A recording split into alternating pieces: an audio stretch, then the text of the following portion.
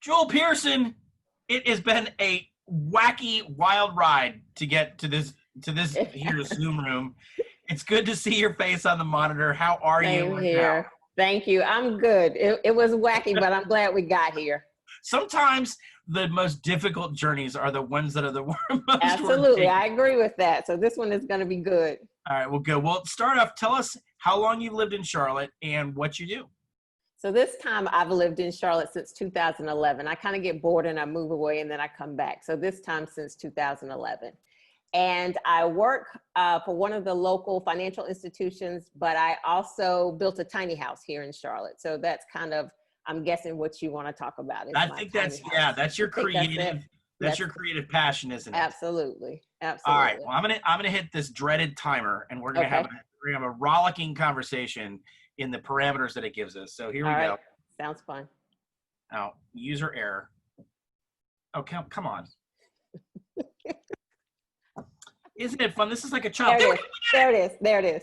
Jeez Louise. This is par for the course. All right, Absolutely. well, you brought up tiny houses, right? Yes. So tell us a little bit about how you got started in that. Where did that passion come from? Where did that little inkling come from? Just something that I knew I wanted to do since my daughter was growing up. Single mom, really responsible. And I always said that once she was grown, I wanted to be very irresponsible. And so I decided that I was going to live in an RV and just kind of travel in an RV and just have zero responsibility. And then I realized as she headed into that path, and I started really looking into RVs, that the ones that I liked were going to require me to be responsible in order to pay for them because they're so expensive. And stumbled on a story in around 2014-ish of a lady who had built a tiny house, and kind of the back end of her story, what made her decide to build a tiny house. And I decided I was gonna do so. So researched for about a year and a half, designed the house with my sister and a friend, and then built it and finished it in around May of 2015. That doesn't sound irresponsible in any way. That part of it was totally not irresponsible. It was actually very stressful, but it turned out very well. So kind of to our point before, some things that are hard from the start work out very well. So that was one of those things. Well, and so, I mean, this has become a passion for you. It's not just that you did it for yourself. You've advocated for the lifestyle and really helped other people in their process, right?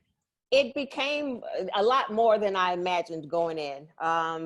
We were, as kind of part of the tiny house community, we were thinking, trying to redefine housing is what the thought was. And then as I moved along in it, I realized my experience in the community was different than some of my counterparts, just simply because of where tiny houses, and my house is actually built on wheels.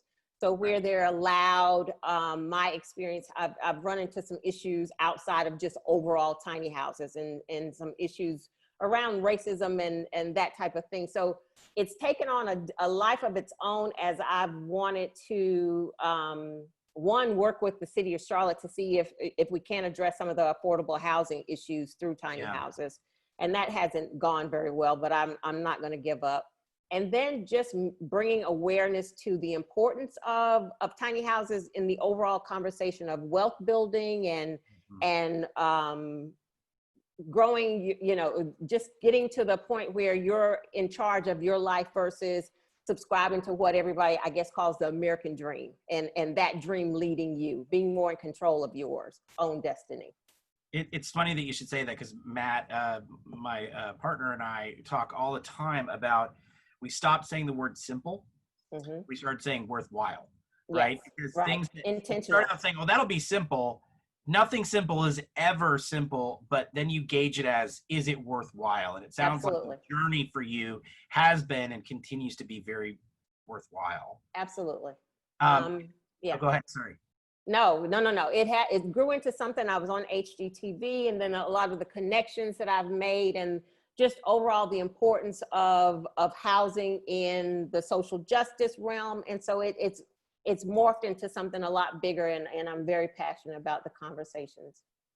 Well, I think what really piqued my interest when you were talking was, building generational wealth, Mm-hmm. because that is, finding a place to be, but then building so that the next generation can build upon what you've done, and then and forward. That's the American dream, but so few Americans, I think, are able to achieve that dream. Absolutely. Absolutely. They end up chasing it, and it continues to be elusive. Wow. So this is an opportunity to get there. Yeah, but working with government and advocating for change, I think we can hopefully get there. But I know it's a long road. All right, we're running out of time, but here's what I'm going to pledge to you. I love this, and Charlotte is Creative is here for people that not only think differently, but that are wanting to put their passions and their creative bent at the service of the community. So we are here for you. You have a home, and as large as you or tiny as you need it at Charlotte is Creative. But in the 15 seconds we got left, has COVID made your tiny home feel too tiny or just right and nice and snuggly? My house is always just right. I'm not in it right now, but it's always perfect, COVID or no. That's beautiful. Well, this is a tiny conversation that I hope will lead to a much larger conversation, which sounds like what you do. Me too. I hope so too. Thank you so much. Thank you. It was a pleasure to meet you, and I'll see you soon. All right. Sounds good.